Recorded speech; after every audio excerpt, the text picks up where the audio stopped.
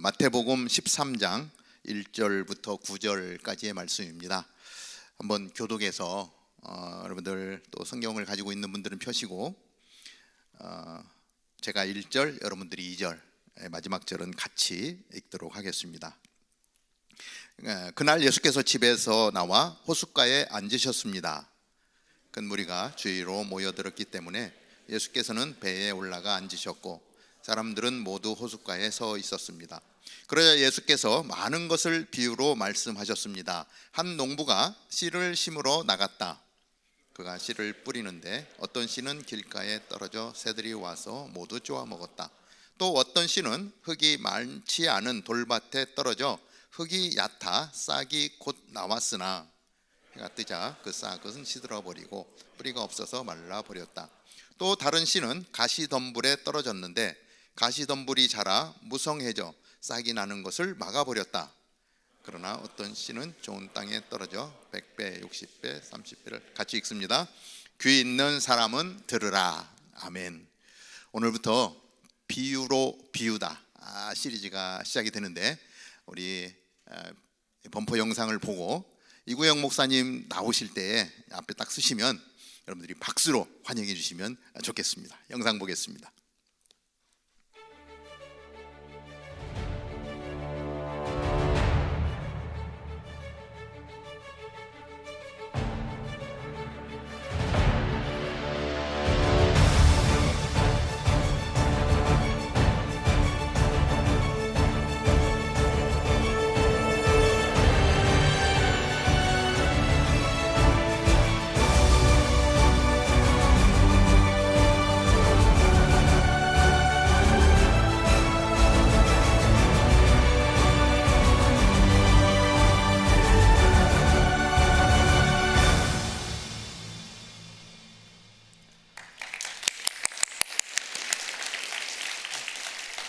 누군가 몰라도 오프닝을 엄청 막 대하 드라마 보는 것처럼 거창하게 말씀해 주신 것 같아요. 감사합니다. 오늘 1절은 이렇게 이야기합니다. 그날에 예수께서 집에서 나갈새 바닷가에 앉으시매 라고요. 씨 뿌리는 비유, 이 부분은 교회 좀 다녔다라는 분들은 내용 다 알고 있습니다. 너무 식상할 수도 있고 새롭지 않을 수도 있어요. 근데 우리 다운타운 캠퍼스는 교회 나온 지 얼마 안 된 사람부터 오래된 사람까지 다양하게 있거든요. 어느에 맞춰야 될지 참 고민스러웠습니다. 1절에 그날은으로 시작하는데요. 그날에 어떤 날을 말하는 거지? 저는 초신자 입장에서 이 말씀을 하나하나 생각해 보았어요. 바닷가는 어디일까? 휴양 중이신가? 그럼 지중해 어디에 야자수 아래 우와 좋겠다 이런 생각이 들기도 하고요. 고요함 속에 힐링 좀 하려나 했던 그 마태 생각이 떠올랐어요. 근데 사람들이 막 몰려오는 거예요. 사람들이 엄청나게 몰려와서 마태는 생각합니다. 와, 오늘도 안식은 끝이네. 그날은 어떤 날일까요? 우리가 가지고 있는 성경은 장과 절이 구분되어 있지만 마태가 썼을 때의 성경은 장과 절이 구분되어 있지 않습니다. 그렇다면 12장 마지막 부분부터 이 13장으로 연결되겠죠. 12장 마지막 부분은 이렇게 쓰여져 있습니다. 어떤 사람이 예수님께 나왔어요. 보십시오, 선생님의 어머니와 형제들과 누나가 여기 와 있습니다 라고 이야기합니다. 예수님께서 그때 그렇게 대답하시죠. 누가 내 어머니고 누가 내 형제고 누가 내 누이냐? 손을 내밀어 제자들을 가르치면서 여기 있는 이 사람이 내 어머니고 내 형제고 내 누이다라고 이야기합니다. 그러면서 누구든지 하늘의 뜻을 행하는 사람이 내 형제고 자매고 어머니다 라고 이야기합니다. 그리고 그날에, 동일한 그날에 성경이 13장 씨 뿌리는 비유로 이어지고 있습니다. 저는 생각해 보았어요. 그날이 어떤 날일까? 가족에게조차 선을 긋는 그 단어로 시작하는 13장 생각해 봤어요. 혹시 이런 선을 그을 때, 가족들과 선을 그을 때 첫 번째, 가출할 때입니다. 그렇죠? 두 번째, 무언가 심오한 자기의 인생의 결단을 전 앞으로 이렇게 하겠어요 라고 선언할 때 이러한 말을 합니다. 누가 내 어머니고 내 형제들인가? 형제와 모친이 찾아왔음에도 불구하고 그것을 보고한 사람 되게 무안하게, 아니면 가족 면회 왔다는 사람 앞에서 좀 분위기 싸하게 만드는 이 예수님의 의도는 무엇일까요? 저는 12장과 13장을 마태가 연결하면서 의도가 있다고 생각합니다. 마태는 자신이 세리로서 매국노의 길을 가겠다라고 부모와 형제, 그 동네 사람들과 민족을 저버린 가출 사건, 그 사건이 생각났을 것 같고요. 또한 한 번은 충격적인 결단이 그 마태의 인생 가운데 찾아오게 되는데, 그는 세금 징수원으로서, 텍스 컬렉터로서 잘 나가고 있었어요. 높은 자리까지 올라가고 있었어요. 그가 삶을 잘 나가고 있는 것을 스탑하고 그 텍스 컬렉터의 인생을 더 이상 살지 않겠다라고 결정하고 예수님을 따르는 그 사건, 그것이 그날에 있지 않았나 생각해 봅니다. 오늘 본문이 말하는 그날이 아니라 마태의 내적인 결단의 그날이요. 저는 이 본문의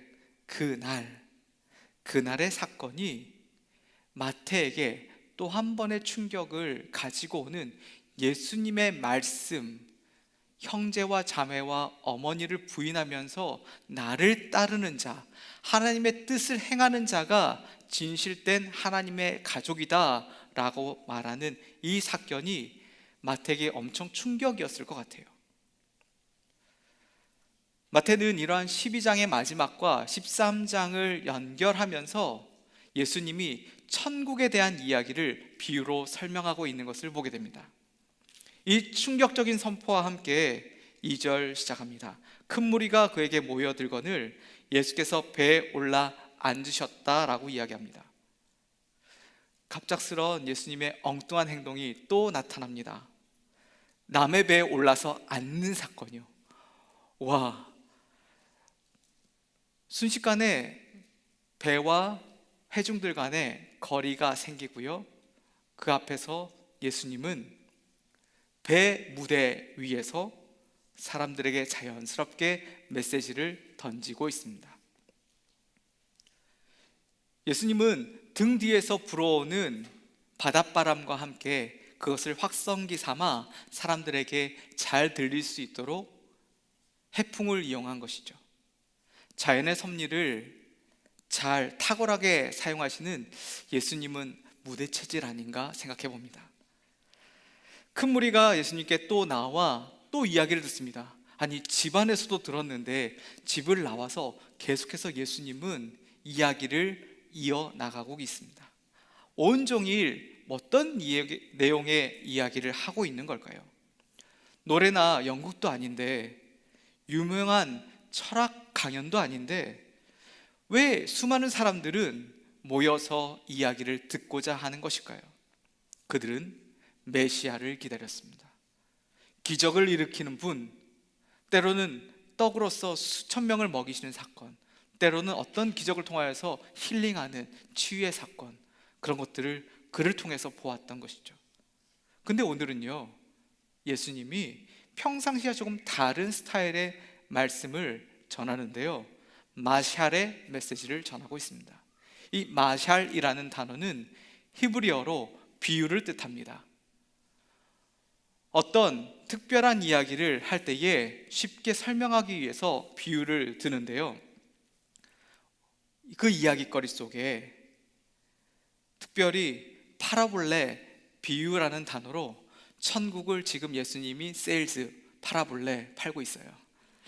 이런 유머 안 통하는구나. 네. 헬라어로 파라볼레는 비유라는 뜻이에요. 천국을 지금 어떻게 설명하면 사람들이 잘 이해할 수 있을까? 예수님이 이런저런 단계로 직유법과 은유법을 써서 지금 표현하고 있습니다. 옆 사람을 보면서 자매님은 공주 같아요. 혹은 옆에 사람을 보면서 형제님은 왕자 같아요 라고 한번 말해 보시죠.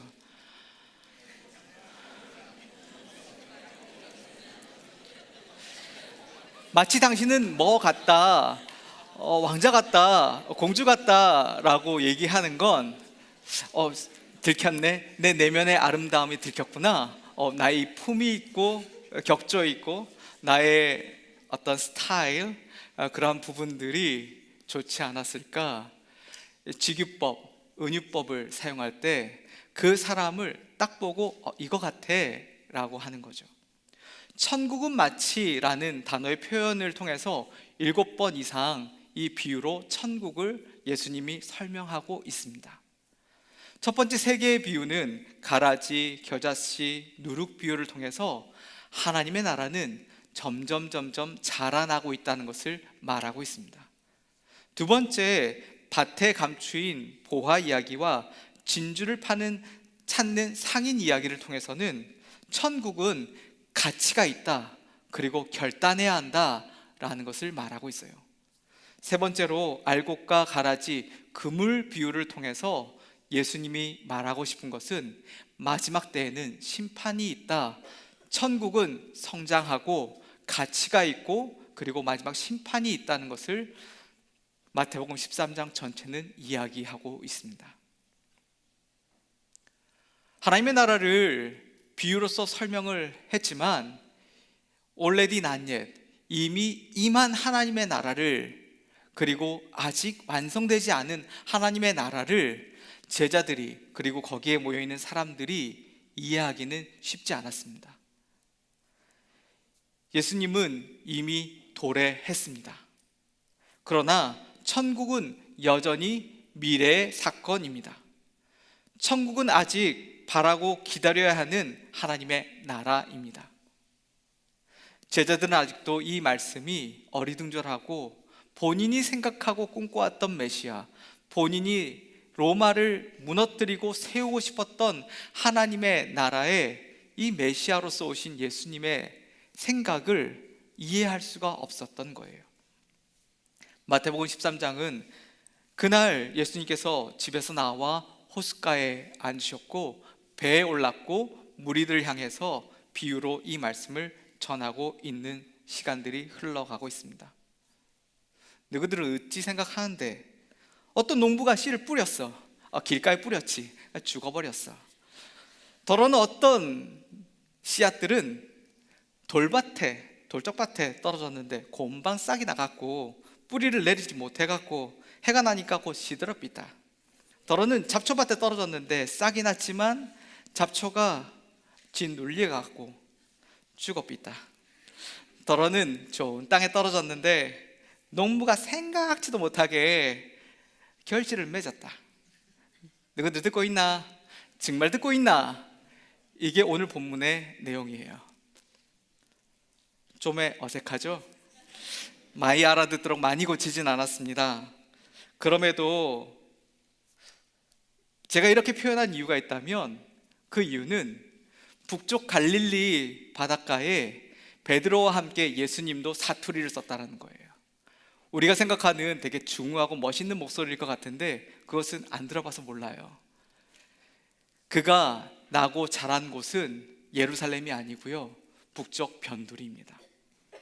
그가 이 비유를 통해서 이렇게 사람들에게 알아듣기 쉽게 설명하려고 했지만 똑같은 본문의 마가복음 4장에서는 제자들이 전혀 알아듣지 못했다라고 이야기합니다. 예수께서 홀로 계실 때에 함께한 사람들이 찾아와서 그 비유에 대해서 해석 좀 해주시죠 라고 물었다는 거예요. 시간이 흘렀습니다. 그럼에도 함께했던 사람, 제자들, 이 비유가 도대체 무엇을 말하는 건지 알 수 없었어요.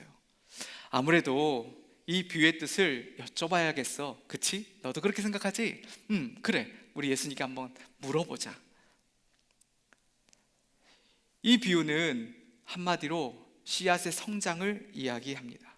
씨앗의 목적은 성장이고요, 씨앗은 열매를 맺기 위해서 뿌려지는 것입니다. 오늘 본문의 포커스는 4가지 밭에 대해서 말하고 있습니다. 오늘날은 기계로 씨앗을 뿌리지만 옛날에는 기계가 없었잖아요. 그럼 두 가지 형태로 씨앗을 뿌릴 수 있어요. 첫 번째, 밭이 넓은 사람인 경우는 나귀에다가 주머니를 달아서 그 주머니를 뽕뽕뽕뽕 뚫어요. 그리고 나귀 엉덩이를 착 때리면 그 나귀가 가면서 밭에다가 씨를 뿌립니다. 두 번째 형태, 그림에 나오는 것처럼 사람이 포대기 같은 것들을 옆에 메고 손으로 이렇게 뿌립니다. 이 그림에서 본다면 여러분 어디가 돌밭이고 어디가 가시덤불이고 어디가 좋은 땅인지 구별이 가십니까? 다음 슬라이드, 밀레가 그렸던 그림이나 반 고흐가 그렸던 그림을 통해서도 어디가 길이고 어디가 가시떨기 밭인지 잘 표현이 되지 않아요. 오늘날은 그러한 농경 기술이 많이 발달돼서 이런 부분들을 잘 하지만 옛날에는 그렇지 않았어요. 하나님께서 씨앗을 뿌리고 있습니다. 씨앗은 좋은 씨앗, 나쁜 씨앗이 있는 게 아니었어요. 싹이 잘 나는 씨앗, 잘 나지 않는 씨앗이 있는 게 아니었어요. 오늘 본문은 이 씨 뿌리는 비유는 누구에게나 하나님의 말씀이 전달됐다라고 이야기합니다. 선택된 사람과 선택을 받지 못한 사람과 동일하게 이 말씀을 듣고 있습니다. 잘 될 사람과 잘 되지 않을 것 같은 사람 구분하지 않고 있습니다. 졸고 있는 사람과 졸지 않는 사람 구분하지 않습니다. 집중하는 사람과 딴 생각하고 있는 사람 구분하지 않습니다. 말씀은 동일하게 전달되어지고 있습니다.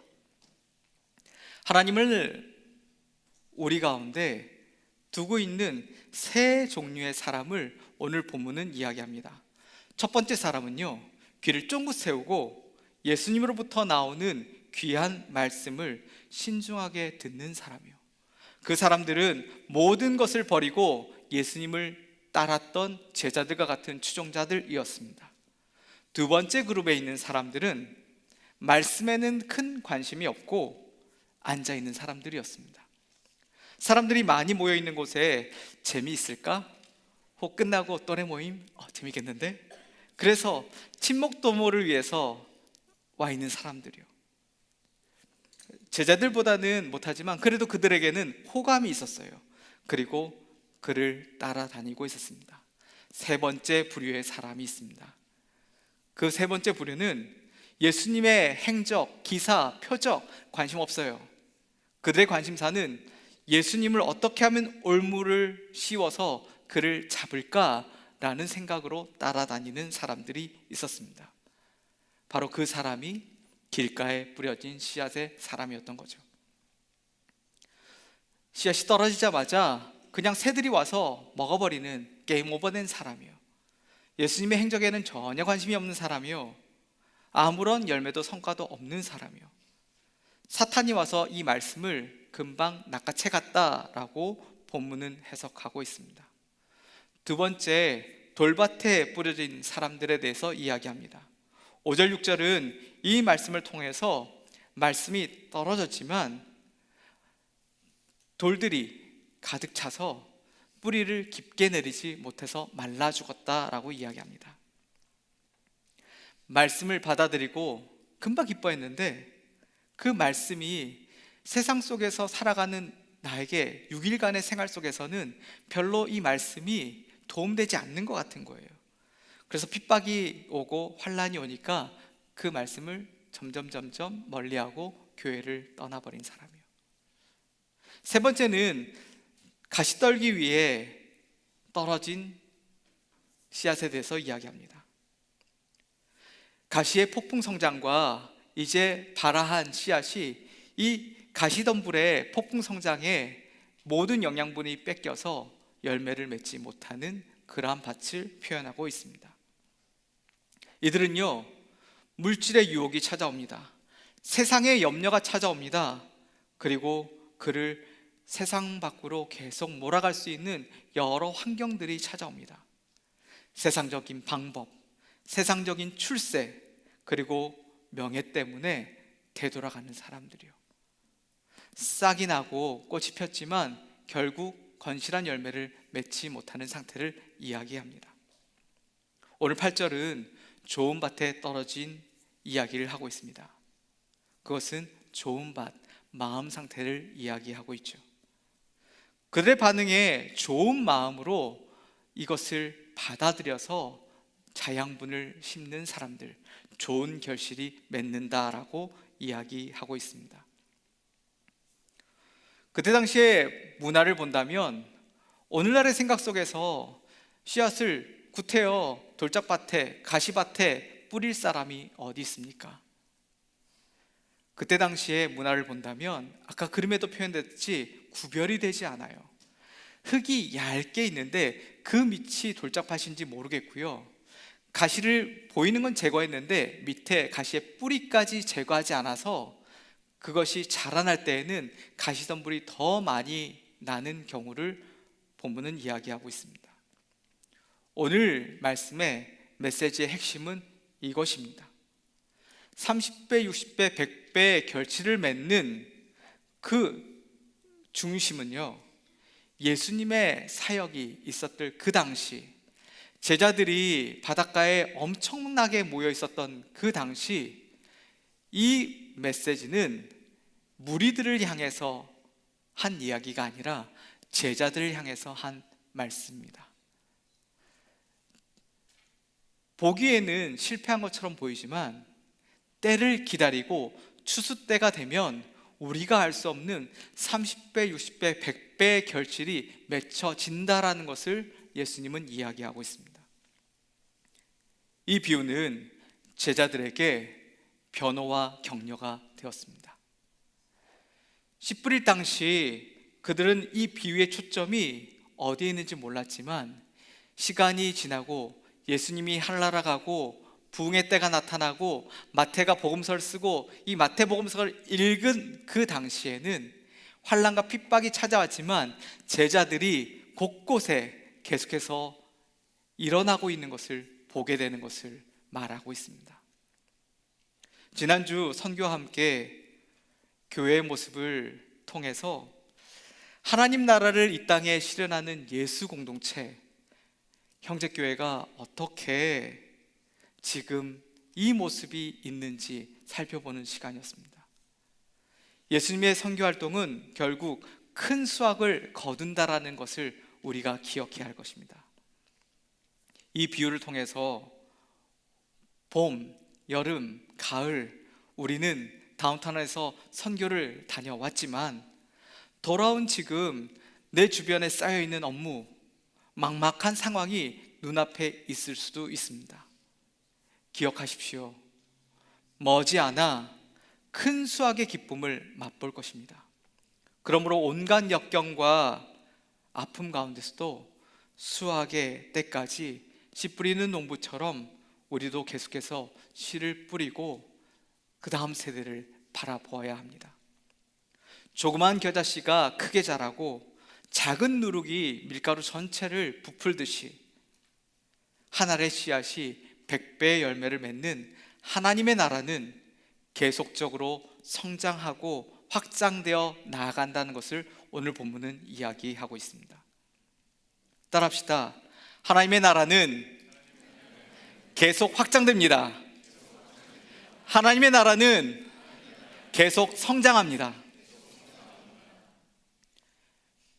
본문의 말씀이 우리 마음밭에, 우리 좋은 밭에 떨어진다면 하나님의 사람은 좋은 밭에 이 뿌려진 씨앗의 결과를 기다린다라고 이야기합니다.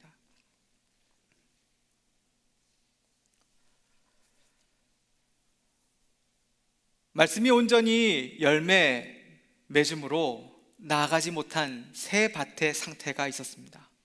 그러나 이 시대 젊은이들에게 오늘 제가 말씀드리고 싶은 이 메시지의 방향은 씨앗 자체의 생명력을 내 속의 옥토밭으로 지탱해 나아가는 것이 필요하다라는 것입니다.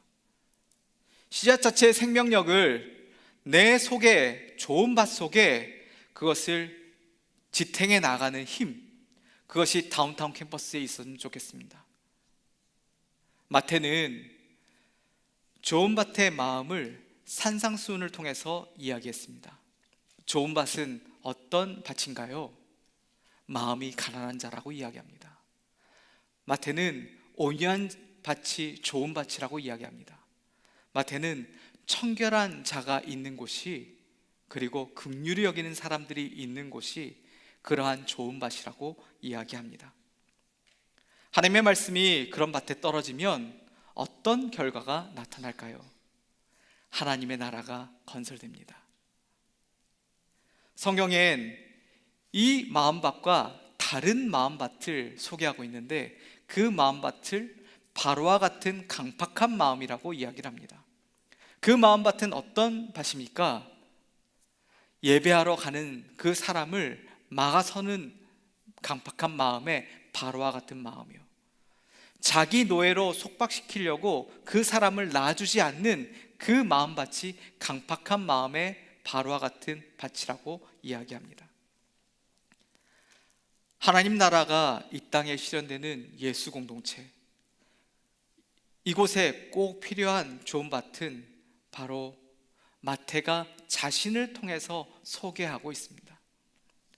마태는 좋은 밭에 하나님의 말씀이 떨어져서 많은 열매가 맺기를 소망했는데요, 자신이 지금까지 살아온 매국노의 삶을, 자신이 지금까지 자기중심적으로 살아왔던 젊은 시절의 부끄러움 앞에 자신에게 주어진 모든 부와 권력을 가지고 있었던 로마 병사들의 보디가드와 함께 큰 집에서 연애를 베풀었던 일찍 성공한 듯한 그 삶에 예수님이 다가왔다는 사실입니다. 매튜, follow me. 베드로, 내가 너를 낚시꾼으로 너의 일에 충실하는 것도 참 좋은데, 지금은 나를 따라오너라.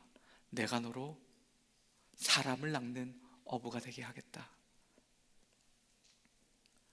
마태는 이 마태복음을 기록하면서 그가 나에게 씨앗을 뿌렸고, 그가 나의 과거의 모든 잘못과 연약함을 알매도 불구하고 기다려 주었고, 이제는 추수의 열매를 보고 계신다라는 것을 말하고 있습니다.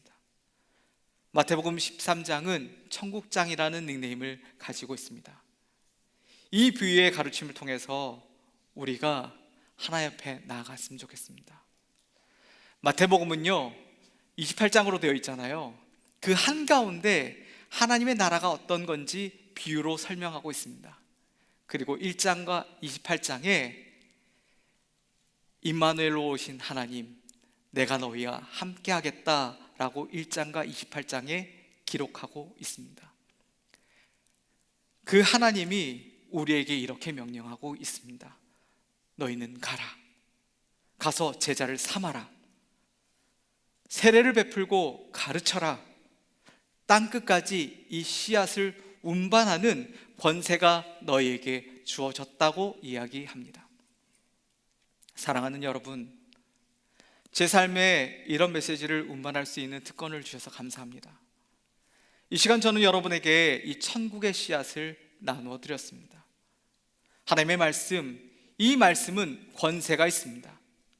이 말씀은 로마 사람들에게 불평등과 불합리와 세상 사람들의 억울함과 이 아픔 속에 있는 예수님을 대적하는 사람들이라 할지라도 그리스도인들과 모든 사람들에게 뿌려졌습니다. 그리스도인들은 함께 먹고 마시는 사람들입니다. 그리스도인들은 서로 나누고 함께 아픔에 동참하는 사람들입니다. 마태는 말합니다. 열매로 알리라. 지금 비록 여러분 주변에 옆에 있는 사람들의 마음의 고통을 느끼지 못한다 할지라도 우리는 함께 기도할 것입니다. 고통의 시간과 순간이 나에게만 있는 것이 아니라 편안해 보이는 그 사람에게도 있어 왔다는 것을 우리는 기억해야 합니다. 사회적으로는 출세한 것 같고 사회적으로는 가진 것 같지만 나만 잘 먹고 잘 살면 돼, 지금 시대가 이렇잖아 라고 생각했던 마태에게 예수님이 찾아왔다는 사실을 우리는 기억해야 할 것입니다.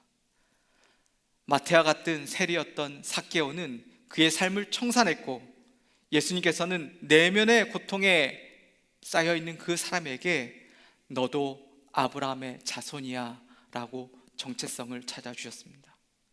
하나님의 나라는 하나님의 주권, 하나님의 통치가 하나님의 백성에게 있는 것을 알아야 합니다.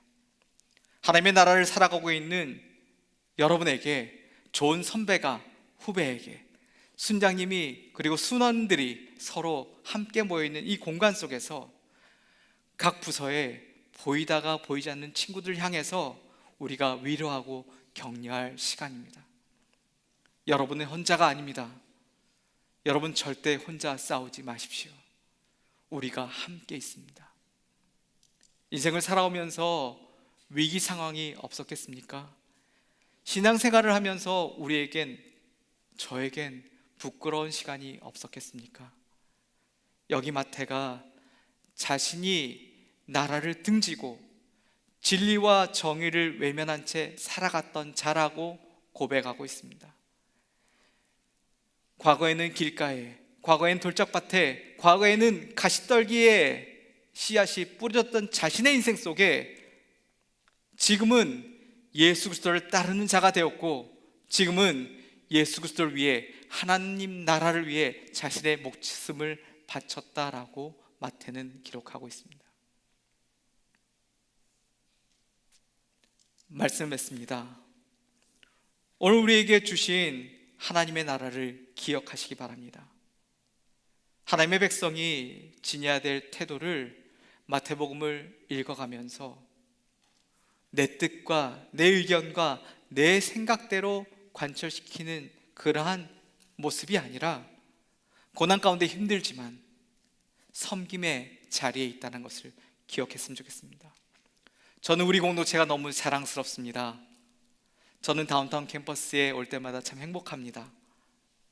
너무도 바쁘게 살아가는 여러분의 삶 속에 사역자로, 봉사자로, 또 순장으로 헌신하면서 주중에도 여러 차례 모임 속에 이렇게 노동하면서 의자를 또 깔려 있는 의자를 또 오늘도 줄을 맞추면서 이렇게 세팅하고 미디어로 여러 일들로 섬기고 있지 않습니까? 섬김의 자리, 하나님의 좋은 밭에 말씀의 자리와 찬양의 자리와 기도의 자리를 우리가 좀 더 사모하며 나아갔으면 하는 바람이 있습니다. 또래 모임에 행복이 넘치는 자리에 여러분을 오늘 초대합니다. 여러분이 오늘 왔으면 다음 주부터는 새신자가 아니에요. 헌신자예요. 이제는 여기에서 여러분과 함께 한 몸을 이루고 싶습니다. 그래서 여러분에게 당부하고 싶은 마지막 한마디는 선교에 함께 힘쓰자는 것입니다. 선교를 멈추지 마십시오. 여러분의 배움의 자리, 직장, 가족, 섬김의 자리에서 여러분이 선교사로서 살아가십시오. 이 말씀을 오늘 지금 적용해 보고 싶습니다. 자, 여러분 핸드폰을 꺼내십시오. 핸드폰이 아니네. 엉덩이에 있길래 핸드폰인 줄 알았어요. 자, 핸드폰을 꺼내시고, 자, 셀카 모드로 머리 위에 펴시고, 지금이요, 지금. 네. 자, 높이 드십시오. 핸드폰을 높이 드시고, 자, 셀카 모드로 바꾸시고, 네, 찍으십시오. 네, 셔터를 누르십시오. 여러분 좌위에 있는 사람들이 10년, 20년 후에는 엄청 유명한 사람이 될 것이고, 지금 여러분이 그 사진이, 와, 이거 여기에 너가 있었구나, 대단할 거예요. 여러분 해시태그 달아주시고 형제교회 다운타운 캠퍼스 올려주세요. 여러분 오늘 끝나고 또래 모임에 가셔서 행복한 순간을 담으십시오. 그리고 여러분의 인스타에 올리십시오. 해시태그 행복타임, 해시태그 하나님 나라를 함께 살아가는 멋진 친구들, 기도하겠습니다. 이곳에 하나님의 나라를 보여주셔서 감사드립니다. 이곳에 예수님으로 인해 하나님의 나라가 선포되었음을, 이 시간에 주의 나라가 임할 때, 하나님 임재하실 때 우리의 예배가 회복되며 주의 백성들이 돌아오게 하소서. 전능하신 하나님, 영원하신 능력의 통치자 하나님, 자유가 선포되어지며 주의 백성들이 일어나게 하소서. 계속해서 하나님의 나라가 임하게 하옵소서. 영광과 존귀와 찬양을 받기에 합당하신 우리 하나님, 이곳에 거룩한 무리들이 세상으로, 열방으로 하나님의 말씀의 씨앗을 가지고 나아가게 하소서. 예수님의 이름으로 기도합니다. 아멘. 우리 다 같이 일어나서 계속해서 찬양 올려드리도록 하겠습니다.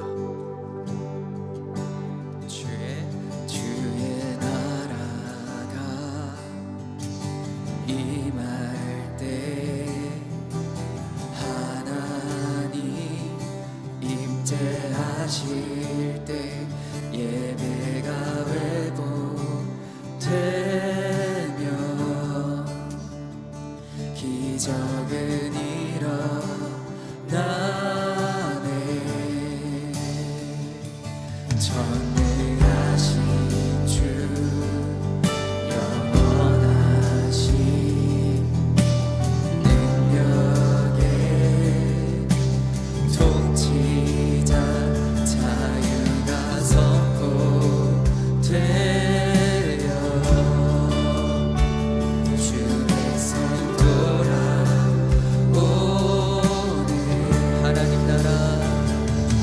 하나님 나라 임하소서. 영광과 존귀 능력과 위엄 놀라운 사랑의 기적의 하나님 지금 이곳에 오소서. 주의 나라가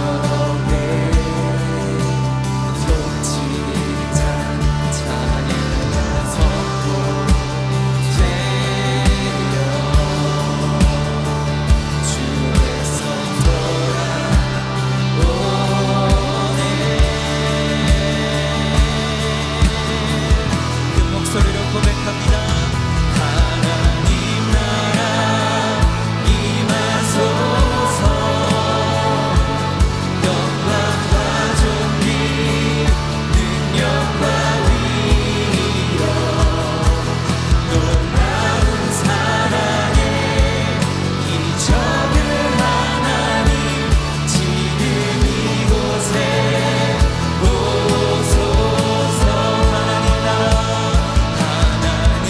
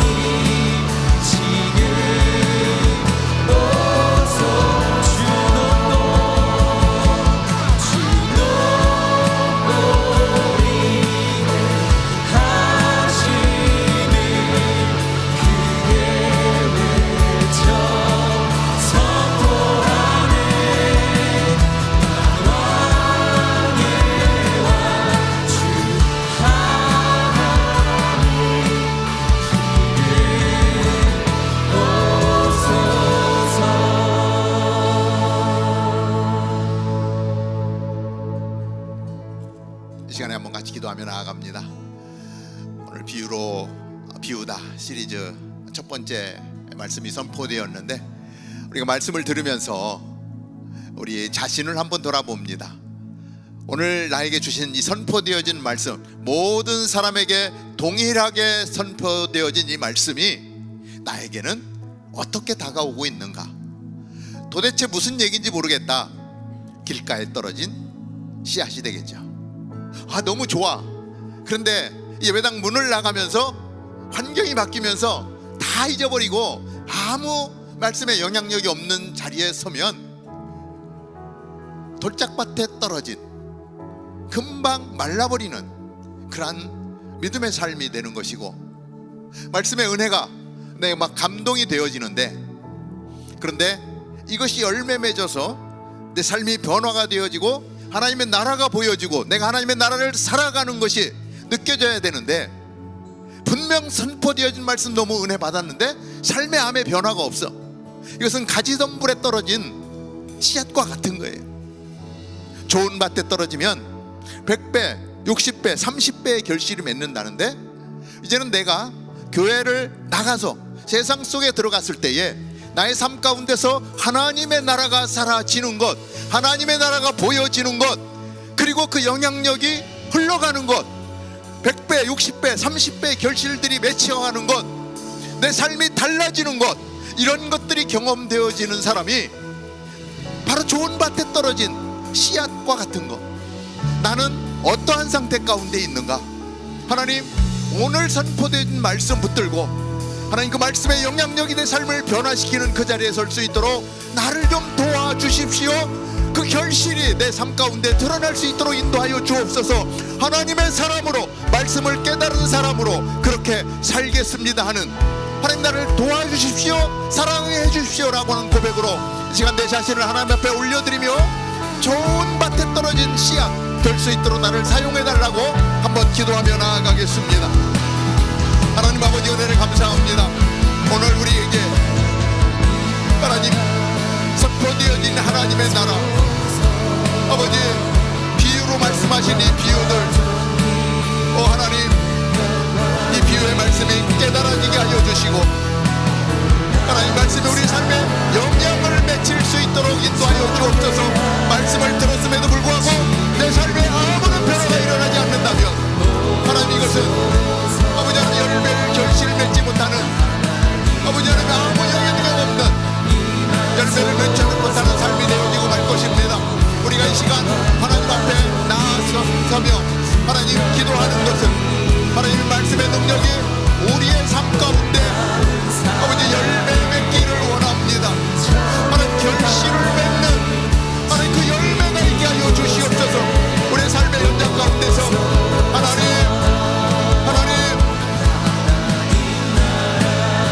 내 삶이 변화되어지고 하나님 내 삶에 변화된 영향력이 우리 이웃 사람들에게 영향을 주고 그 사람들의 삶을 바꾸는 참된 그리스도인으로서 서는 것, 하나님 그 하나님의 사람이 내가 되게 하여 주시옵소서.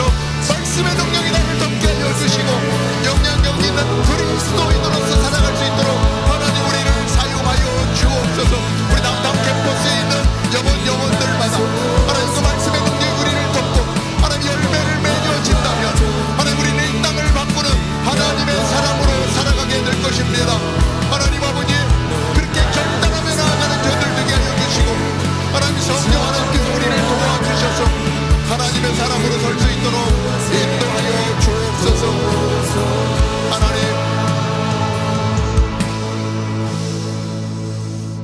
그렇습니다.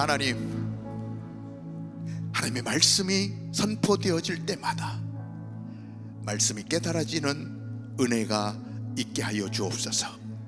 하나님, 내 고집이 말씀보다 앞서지 않게 하여 주시고 하나님 세상의 유혹이, 돈의 유혹들이 말씀보다 앞서지 않게 하여 주시고 하나님 말씀의 능력이 이 모든 것들을 다스리는 하나님 나의 삶 가운데서 말씀의 영향력이 하나님 더 커져서 우리의 삶에 이루어가는 하나님의 나라, 동일한 삶을 사는 우리지만 저 사람은 나와 뭔가 달라, 저 사람이 사는 세상은 다른 세상을 사는 것 같아. 하나님, 그 나라를 부러워하는 사람들이 우리 주변에 많아지는 그리스도인으로서 살아가게 하여 주옵소서. 하나님, 우리의 상태는 다 다릅니다. 아직 하나님의 나라가 무엇인지도 모르는 사람이 있고, 하나님 예수를 믿지만 아직 견고하지는 상태도 있습니다. 그러나 오늘 주신 말씀과 같이 하나님의 나라는, 말씀의 영향력은 성장하는 것입니다. 성숙하는 것입니다. 시간이 지나갈수록 하나님, 우리에게 같이 좋은 마음